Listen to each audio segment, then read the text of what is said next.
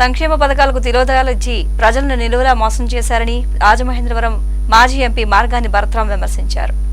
మాయమాటలు చెప్పి గద్దెనెగలు ముఖ్యమంత్రి చంద్రబాబు ఇచ్చిన హామీలని దొంగలోకి దొక్కి సంక్షేమ పథకాలకు తిలోదకాలిచ్చి ప్రజలను నిలువునా మోసం చేశారని రాజమహేంద్రవరం మాజీ ఎంపీ మార్గాని భరత్రాం ఆగ్రహం వ్యక్తం చేశారు.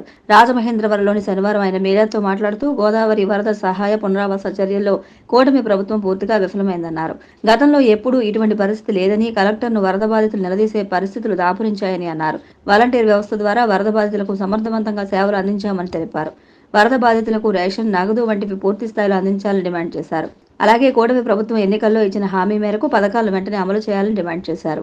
కేవలం ఫోటోలకు వచ్చి వెళ్ళిపోయిన సందర్భాలు నేను కొన్ని ప్రాంతాల్లో చూపించడం జరిగితే, ఎక్కడైనా వరద బాధితులు మాకు సహాయం అందట్లేదు అని చెప్పేసి కలెక్టర్ని నేరుగా నిలదీసిన సందర్భాలు, సబ్ కలెక్టర్ని నేరుగా నిలదీసిన సందర్భాలు కూడా ఇక్కడ చూపించడం కూడా జరుగుతుంది.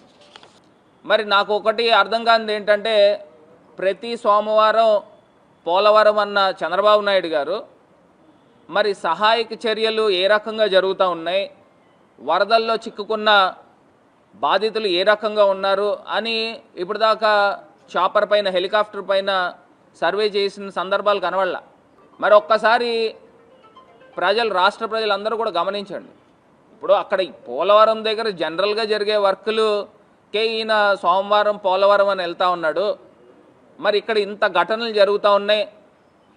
మరి జరుగుతున్నప్పుడు ఈయన ఏ రకంగా ప్రజల్ని మరి ఆదుకునే ప్రయత్నం చేశారు ఒక్కసారి ఆలోచన చేయాల్సిందిగా మరి కోరుతా ఉన్నా. తక్షణమే ఇప్పుడు రాజమండ్రి దగ్గరికి వచ్చినట్టయితే, ఏదైతే బ్రిడ్జి లంక దగ్గర కొంతమంది కుటుంబాలు ఉన్నాయి, వాళ్ళు మామూలుగానే జనరల్గానే బయటకు వచ్చేస్తారు. వీళ్ళు ఏదో తీసుకుని వచ్చి ఏదో ఫోటోకో లేకపోతే మీడియాకో చిన్న షో చేసే కార్యక్రమం చేస్తున్నారు. ఇవన్నీ కూడా తక్షణమే మరి ప్రభుత్వం చర్యలు తీసుకోవాలని మరి ఈ సందర్భంగా మరి కోరుతా ఉన్నాము. మరి ఈ చంద్రబాబు నాయుడు గారు వచ్చిన తర్వాత వాలంటీర్లకి 10,000 రూపాయలు వాళ్ళకి స్టైఫండ్ కానీ లేకపోతే ఇస్తానని చెప్పి మరి వాళ్ళని ఏ రకంగా తీసేసిన సందర్భాలు, వాలంటీర్ సిస్టమ్నే మొత్తం నిర్మూలన చేసిన సందర్భం, రాష్ట్ర వ్యాప్తంగా 4 లక్షల మంది పిల్లలు వాలంటీర్ పిల్లల్ని తీసేసిన సందర్భం. మరి ఇది ఎక్కడికి వెళ్ళిపోతూ ఉన్నాము? మరి ఇదే చంద్రబాబు నాయుడు గారు నిరుద్యోగ భృతి 3,000 ఇస్తా అన్నాడు. మరి వాలంటీర్స్ కూడా పాపం చాలామందికి ఉద్యోగ ఉపాధి లేకపోవడం వలన కదా మరి వాలంటీర్స్ కింద వస్తూ ఉన్నారు. మరి నిజంగా ఆ రకంగా ఆలోచన చేసిన ఈ వాలంటీర్ సిస్టమ్ని కంటిన్యూ చేయాలి కదా. ప్రజలు ఆలోచన చేయాలి.